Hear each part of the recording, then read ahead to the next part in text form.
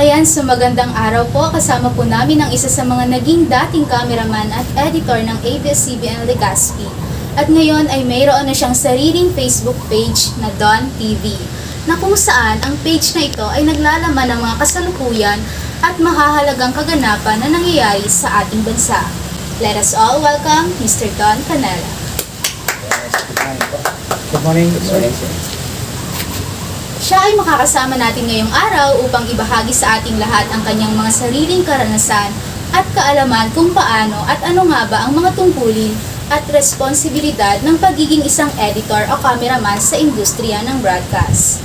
Ayan sir, once again, good afternoon po. Welcome po sa Bicol University. Kumusta ka po sir? Okay lang. Sana ganyan din kayo. Opo, okay lang naman po kami sir. Masaya po kasi ano po, ang profession niyo po ba ito talagang broadcast? Ano po talagang yung feeling ng profession? Actually, related to that, technical course lang ginawa ko sa school. Broadcast technician ako. That time na nag-apply ako, walang available. Kumbaga, walang meron sa ina-applyan ko as technician. So, bakante yung ano dun sa ng news, sa Pilipatrol dito. Parang kinuha nila ako na parang kung pili daw muna sabi ko sige okay naman parang ganun na-try nila tapos tinanong nila kung gusto ko since may babang okay po na so hanggang na ano na Ilang taon ka na po sir sa mundo ng pagiging cameraman at editor? start ako 1999 So, 1999 hanggang 2019. 20 years. Ay, sa ABS yun. Hanggang ngayon. Handa ka na po ba sir sa aming mga katanungan? Handa na po. Di ba po sir, isa kang editor o cameraman at alam naman po natin na mahirap ang gawain mo. Anong oras ka po papasok sa trabaho? O nakadepende po ba ito sa iyong news reporter? Sa pagpasok sa trabaho, especially like may time kayo sa office or sa company na ganitong oras, so dapat yung papasok ka doon. Kaya lang, minsan may mga schedule kayo na kailangan mas maaga doon sa like, alas 8 yung pasok nyo, di ba? Kasi yung i-cover nyo na event ay alas 6 halimbawa. So papasok kayo ng mas maaga para mas makarating kayo ng mas maaga.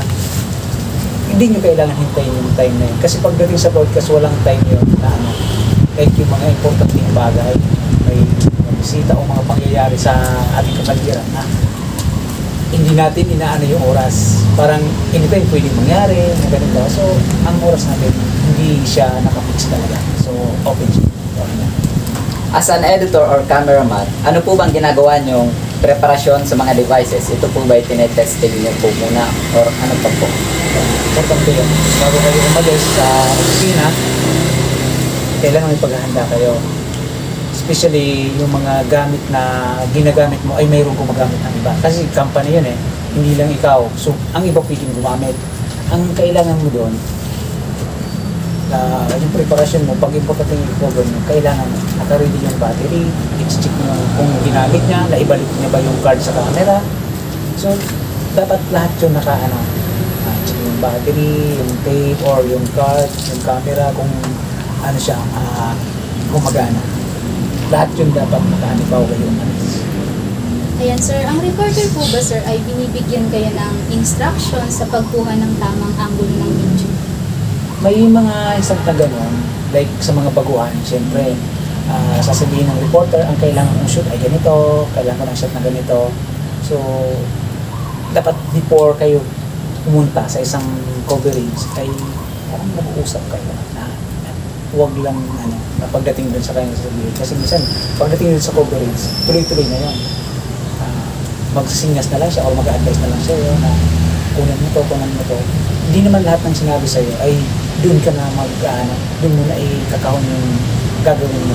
Kasi pagdating dun sa area, like halimbawa may sunog o siyempre, aalamin mo dun ng una kung ano yung cause ng sunog. Diba? Siyempre kayo nag-uusap na din kayo. So, anong gagawin natin? Kailangan makunan mo yung mga ganito. Diba?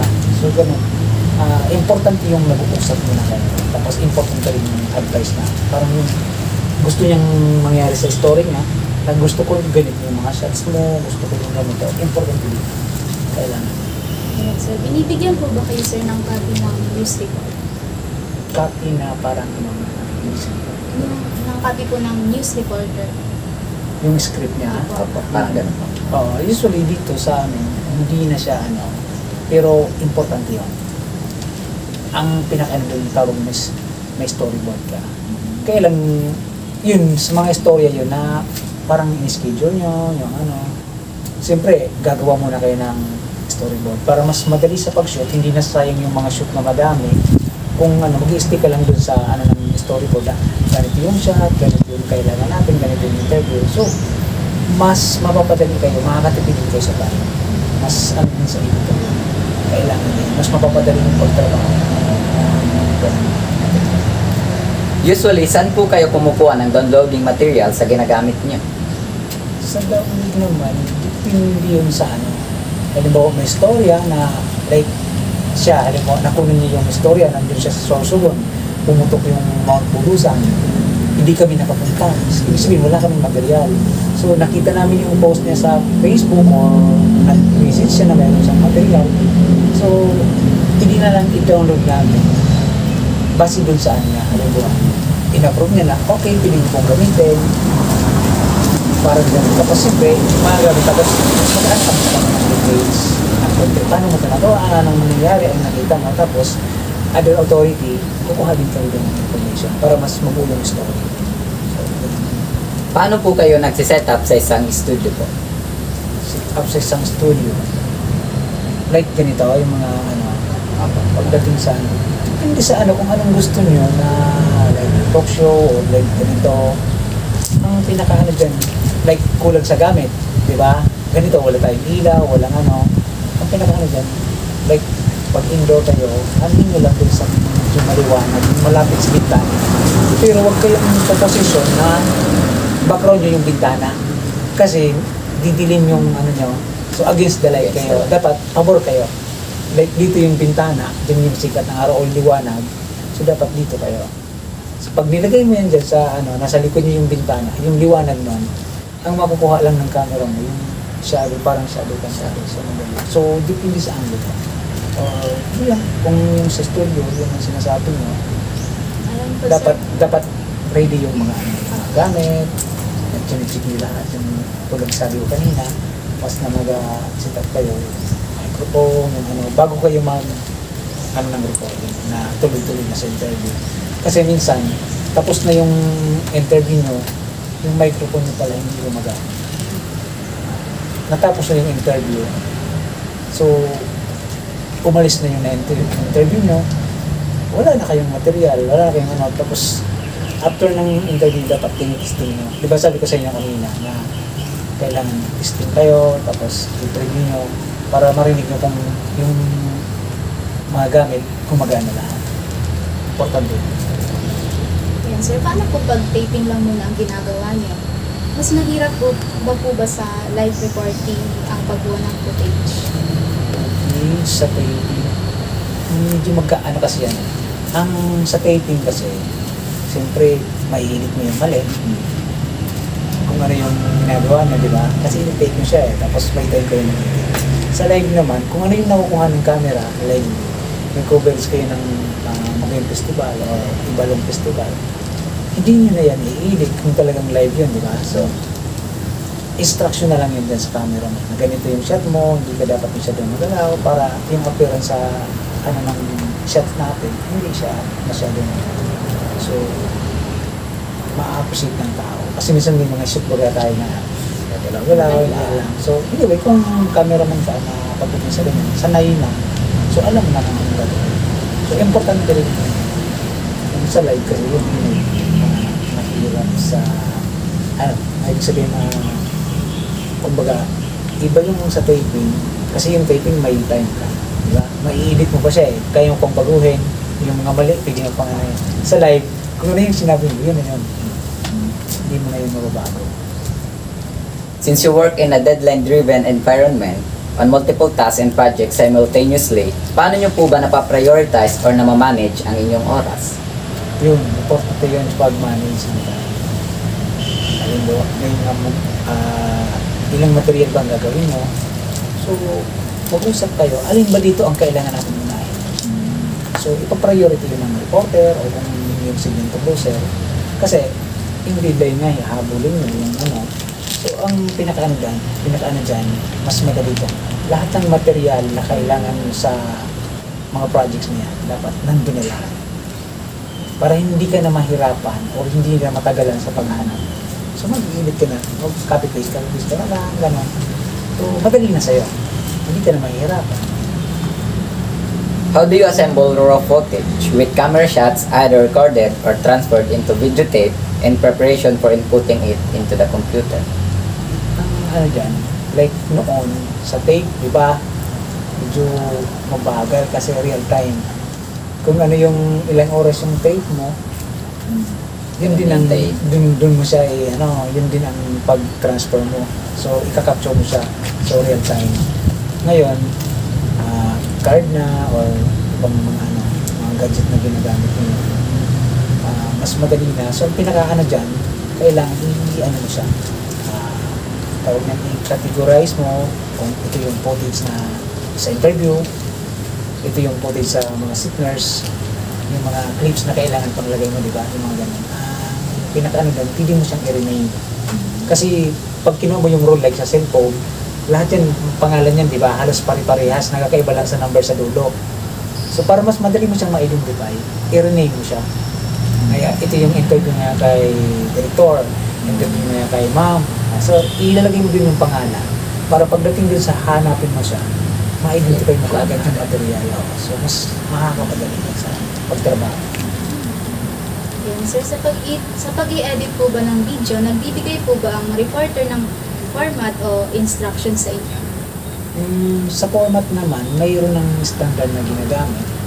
Pero depende naman yun. Kung like sabi mo nga, kung magbibigay ng format, halimbawa, yung nire-request ng ng kliyente or nila, sabihin nila na gusto ko ang format ganito. So, since may standard tayo, like in P4, di ba, so ito yung parang ginagamit sa sa atin. Upload tayo para maganda yung quality. Pero kung mag-request sila ng ibang format, madali lang naman yun kasi nandun naman yun sa software. So, export mo lang siya, pipili ka ng kung anong format, nandun na yan. So, madali lang naman siya. So, okay lang naman. Yan, sir. Bilang isang editor po, pwede din po ba kayong kumuha ng use stock? Or sa client lang po kayo? Hindi yan sa company. Pero dito kasi sa probinsya, like sa amin, multitasking pala yung trabaho natin.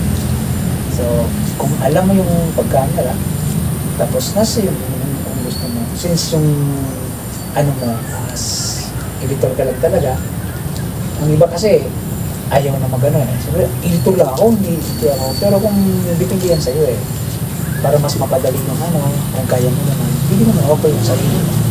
Diba? O, sige po, kaya ko. Parang, i-ano mo din. Kasi, sige, editor ka lang, hanggang ka lang. Pag wala ka naman na-edit, wala ka naman ginagawa. Since marunong ka rin naman mag-camera. Kasi, ang editor, dali na yung mag-ano sa camera. Kasi siya nag-i-edit, nakikita niya yung mga footage. So, hindi ka lang talaga dapat editor.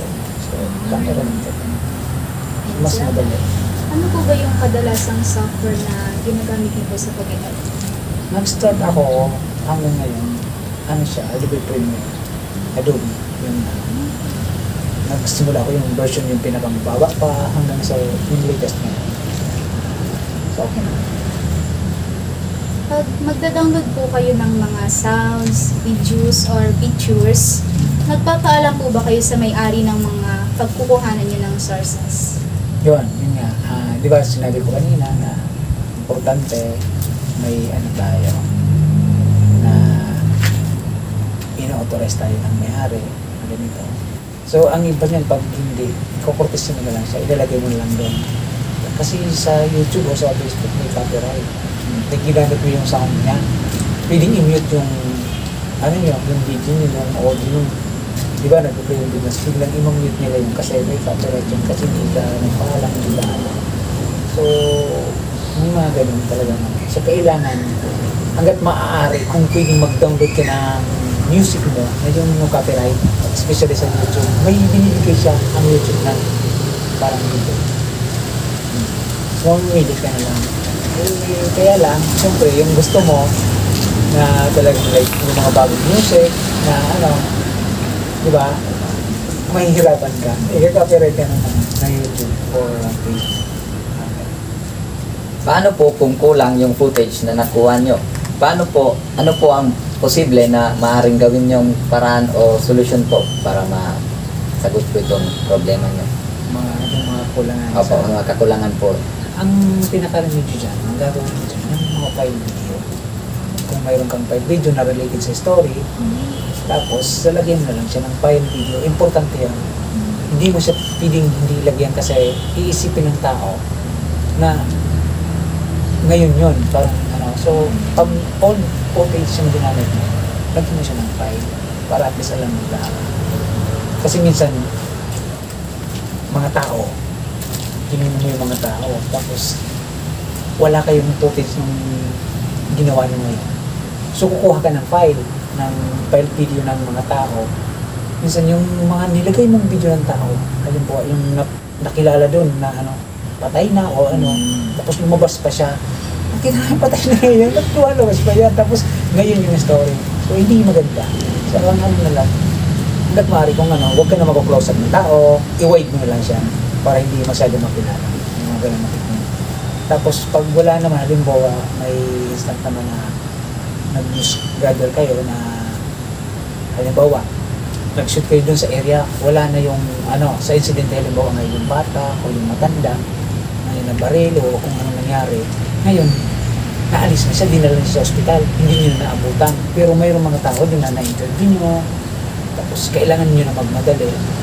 Wala na kayong makukuha. Like, yung matanda, yung ano na, ang gagawin mo, kukuha kayo doon ng video na related sa kanya. Yung sabihin natin, di ba matanda siya, feeling yung chinilas niya, like naiwan, o yung ano, siya, diba? So pag nakita kayo dito, nakita mo to, i-mention nyo ako, halimbawa, ito naiwan ko, kasi arga. So, pwedeng mag-connect yun dun sa kanya, i-mention nyo yung pangalan niya, tapos pwede naman kumuha ng picture niya, kung may picture siyang ano na naka-display, mga ganun. Basta, like yung bata, pwede kang kumuha ng chinelas na maliit, yung mga dide, o kung ano nga. Pwede, basta, pag kulang yun, pwede mong gawa ng paraan na connect mo siya, na malapit. Basta malapit yung mga pwede na ilalagay. May time limit po ba na ibinibigay sa inyo na dapat matatapos nyo agad yung gawain sa pag-edit? Yes, importante din yun. Like sa amin, yun sa ABS, na hanggang alas 3 dapat tapos na kayo. Kasi ipapadala yung material, mag-start sila ng live alas 5. So, yung material nyo, i-download pa nila yun. So, yun. Kailangan. Importante yung deadline sa amin. Kaya dapat mas maaga. Pero minsan nangyayari yung ano, talaga kailangan pag madali ka kasi late na kayo dumating kasi sabihin natin nag-news gather kayo ngayon doon sa Malay, punta kayo ng Sorsogon. So, ang ano nyo dapat alas 12 ng tanghali, dapat nandito kayo sa opisina, nag-start na kayo mag-edit. Pauwi ka pa lang nun. Dumating ka dito alas 2, ang bigla nyo alas 3. Diba? So, ma-relate ka na. Yung mga time na ganyan, minsan hinahabol na. Sir, paano niyo po ba, sir, natatapos agad ang mga gawaing paglalapat ng sound sa videos o larawan na minsan baga po, sir, sunod-sunod yung mga dapat i-edit? Kumbaga, paano niyo po na time manage? Yun, kailangan sa project sa editing machine, dapat nakakategorize na yung material. So, dapat nandun, para mas madali mo lang siyang makita, ipindutin mo lang siya. Like, ito yung story ko ngayon about din sa Bicol University. Lahat ng material ng Bicol University, ilagay mo siya. Para pag-click doon, lahat mo yung makikita. So, hindi ka na maghahanap isa-isa. Kasi babalikan mo naman siya. Minsan, sobrang dami ng footage mo. Like sabi ko sa'yo, importante yung i-rename mo siya kung hanggat maaari. Para at least pag click mo, makikita mo na. Kasi yun, kadalasan, pag click mo yun, pag nilagay mo sa timeline ng editing machine yung mga videos, pare-parehas yung pangalan. So, titingnan mo siya isa-isa. Kung magkakalapit lang naman yung mga angulo mo. So, makikita mo halos pare-parehas yung video. So, isa-isahin mo siya. Isa-isahin mo siyang titingnan. So, makakabala ka. So, ganun. So, May mga pagkakataon po ba, sir, na nagka-problema po kayo sa pag-edit ng videos, halimbawa po ng file corrupted? Paano niyo po yung ginagawa ng paraan? minsan may time na wala ka na talagang magagawa dyan, kahit yun lang talaga ang material mo. Pero ang important ko dyan, mayroon kayong backup. Nagpa-backup kayo ng material. Like, pag-importante. Pag-importante yung material mo, di ba, nakapin nyo sa computer, ano kayo ng backup. Save nito, tapos itong gagamitin nyo, yun nilalagay yung timeline sa software. Kasi minsan talaga, pag video hindi na updated yung software mo, kadalasan bigla na lang siyang mag-go-off, so makukurap yung makukurap yung file mo, hindi mo na siya mabulagsak. Pero kung may backup ka, at may babalikan ka, hindi ka gumawa ko na.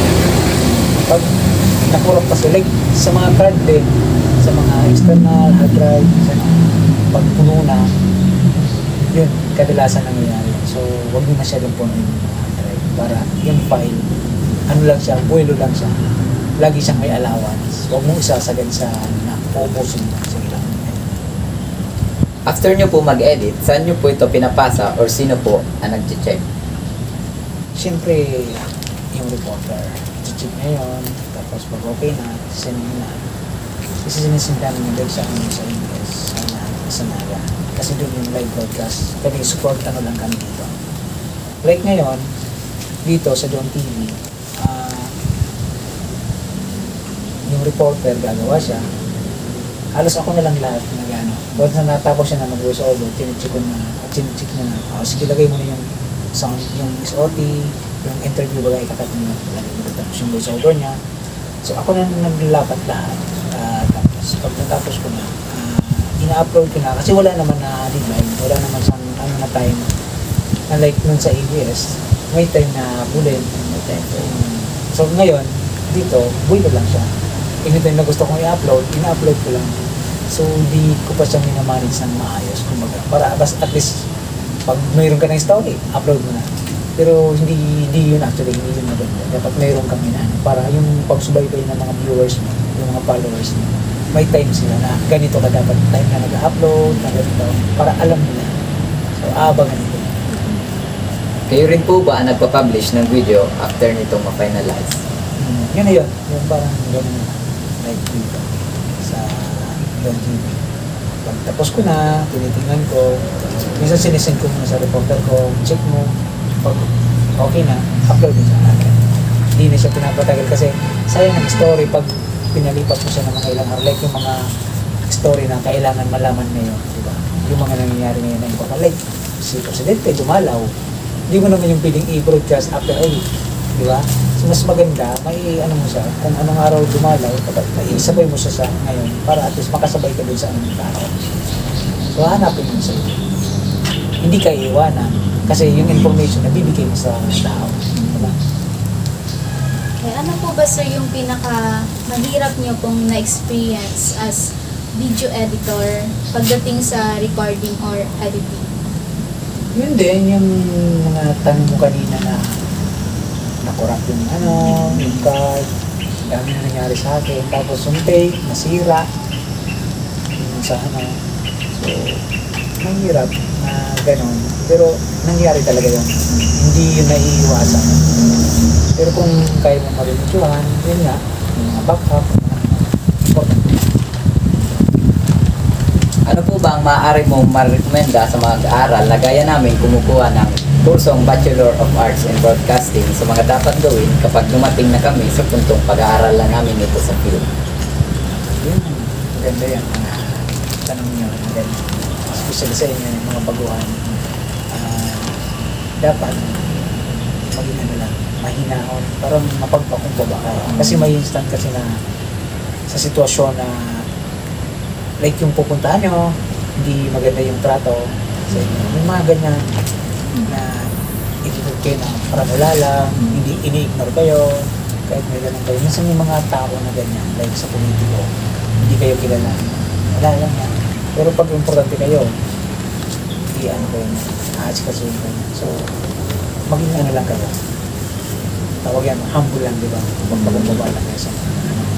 Tapos, yun, pagpasok nyo sa ganitong ano, dapat nag-uusap kayo, yung team, bago gagawin yung mga material, bago gagawin yung project na gagawin mo.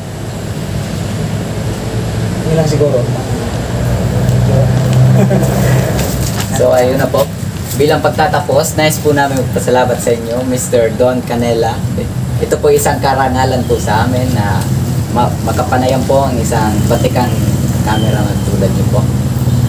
Magsisilbi itong aral at inspirasyon hindi lamang para sa amin kundi sa mag-aaral at mga taong nakapanood ng interview ito.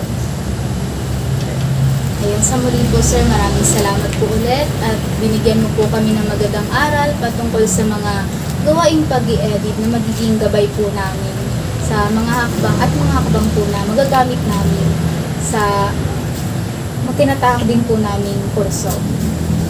Maaari po namin magamit din sa future. Sana may Maraming salamat po. Sana may may natutunan. Po, marami kahit po, konti. sir. Anyway, open naman ako kung may mga tanong kayo na sa inyo na message lang kayo sa akin. Kung may mga tanong na gusto niyo malaman, makatulong ako sa inyo. Okay. Thank you sir. Diba?